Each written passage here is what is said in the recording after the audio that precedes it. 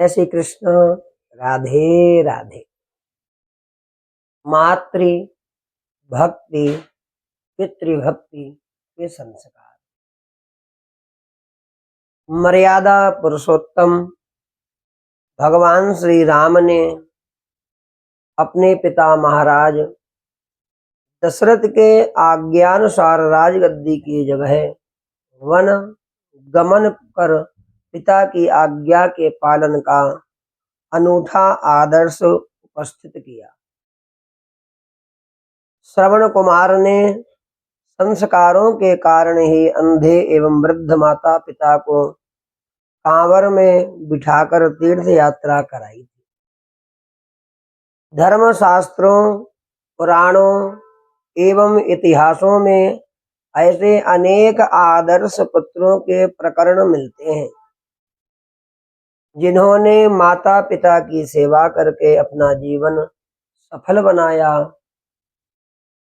पद्म पुराण के भूमि खंड में कहा गया है, पतितं सुधिदं वृद्धं अशक्तं सर्वकर्मसु व्याधितं कुष्ठितं तातं मातरं च तथा विधाम् उपाचरति यः पुत्रस्तस्य पुण्यं वदाम्यहम् विष्णुस्तस्य प्रसन्नात्मा जायते नात्र संशयः।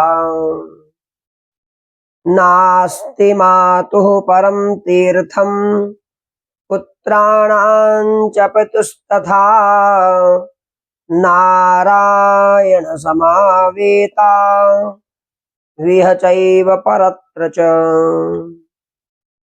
पद्म पुराण में भगवान कहते हैं कि यदि पिता पतित, भूख से व्याकुल, वृद्ध, सब कार्यों में असमर्थ, रोगी और कोढ़ी हो गए हों तथा माता भी इसी अवस्था में हो, उस समय में भी जो पुत्र उनकी सेवा करता है, मैं उसके पूर्ण का वर्णन करता हूँ।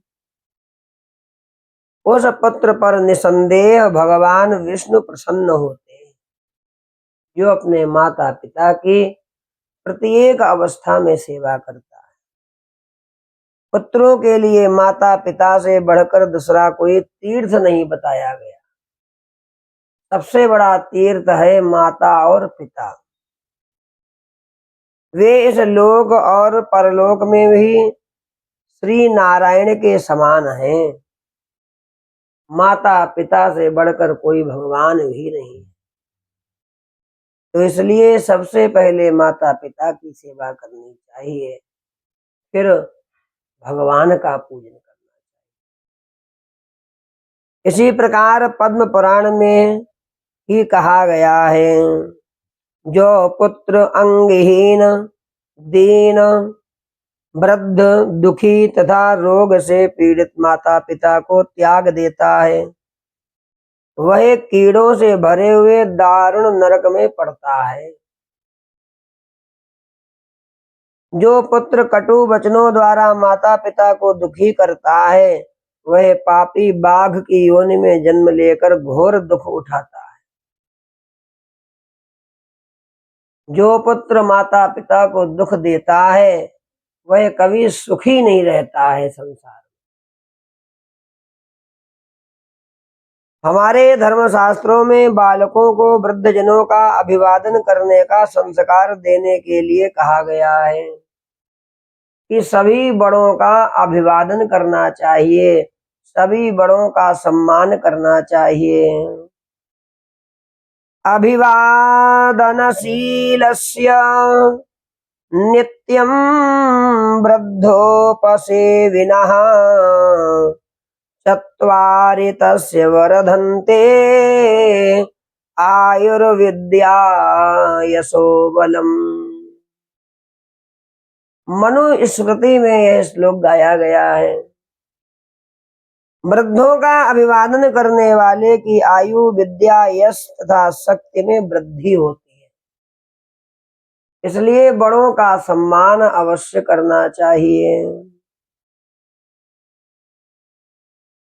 हमारे प्रवचन कर्ता संत महात्मा धर्माचार्य धर्म शास्त्रों के उपयुक्त उदाहरण देकर युवा पीढ़ी को माता पिता की सेवा के संस्कार देते थे, किंतु आज संस्कारहीनता के कारण माता पिता एवं वृद्धों की उपेक्षा ही नहीं अपितु उत्पीड़न तक किया जाने लगा है। माता पिता की सेवा नहीं करते हैं पुत्र। माता पिता बालकों का पालन पोषण करते हैं। बचपन में पिता बच्चे के लिए घोड़ा तक बन जाता है और पीठ पर बैठाकर चलता है। बालक जो है पिता की पीठ पर बैठ जाता है, क्या कहता है, चल मेरा घोड़ा टिक टिक टिक। यही माता पिता का ऋण होता है, इसी को कहते हैं पितृ ऋण। जो माता पिता पालते हैं बच्चे को, बच्चे बड़े होने के बाद में सब भूल जाते हैं, इन माता पिता ने हमको जना है, इन माता पिता ने हमको घोड़ा बन के खूब घुमाया है, इन माता पिता ने हमको पढ़ाया है, इन माता पिता के कारण ही आज हम संसार में जी रहे हैं। सब भूल जाता है।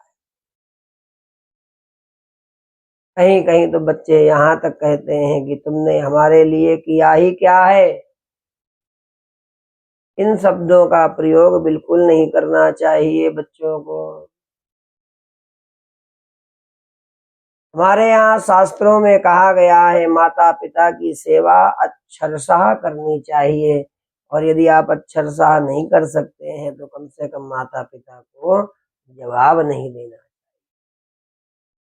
जो बच्चे माता पिता को जवाब देते हैं, आंखें दिखाते हैं, दांतों को कटकटाते हैं, उनको दारुण दुख भोगने पड़ते हैं। जो माता पिता की बात को नहीं सुनते हैं, नहीं समझते हैं, मानना ही नहीं चाहते हैं, ऐसे बच्चों को दारुण दुख भोगने ही पड़ते हैं। क्योंकि आकाश को पिता कहा गया है और पृथ्वी को माता कहा गया है। उन माता पिता के आंचल में हम लोग पल रहे हैं, इसलिए माता पिता को अवश्य मानना चाहिए, उनकी बात को मानना चाहिए, उनकी सेवा करनी चाहिए। संस्कारहीनता के कारण संयुक्त परिवार टूटने लगे हैं। पहले हम लोगों के यहाँ संयुक्त परिवार रहते थे, सब भाई साथ साथ रह रहे हैं। अब पृथक पृथक रहने लगे हैं, एकाके परिवार बढ़ गए। वृद्ध माता पिता का परिवार में कभी सम्मान होता था, सेवा होती थी, अब उन्हें भार समझा जाने लगा है। और कुछ लोग तो माता पिता को भी बंटवारे के रूप में रखते हैं, इतने दिन तुम्हारे वहां माता जी रहेंगे, इतने दिन तुम्हारे यहाँ पिताजी रहेंगे, इतने दिन उनके वहां रहेंगे।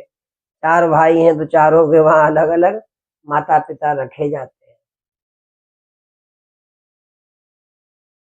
अच्छी बात है, परंतु इससे दोष भी लगता है। माता पिता की जहां भी इच्छा हो वहां प्रेम से रहे, उससे कोई दोष नहीं है। पर यदि पुत्र कहते हैं कि जाओ अब 2 महीना हो गया, आप दूसरे के वहां जाओ, इससे दोष लगता है। माता पिता की सेवा सभी को करनी चाहिए। मातृ पितृ भक्त के संस्कार जागृत करने चाहिए, और यह केवल और केवल कथा के माध्यम से ही, सत्संग के माध्यम से ही परिवर्तन हो सकता है। इसलिए सभी लोगों से निवेदन है, अपने अपने माता पिता की सेवा अवश्य करें। जय श्री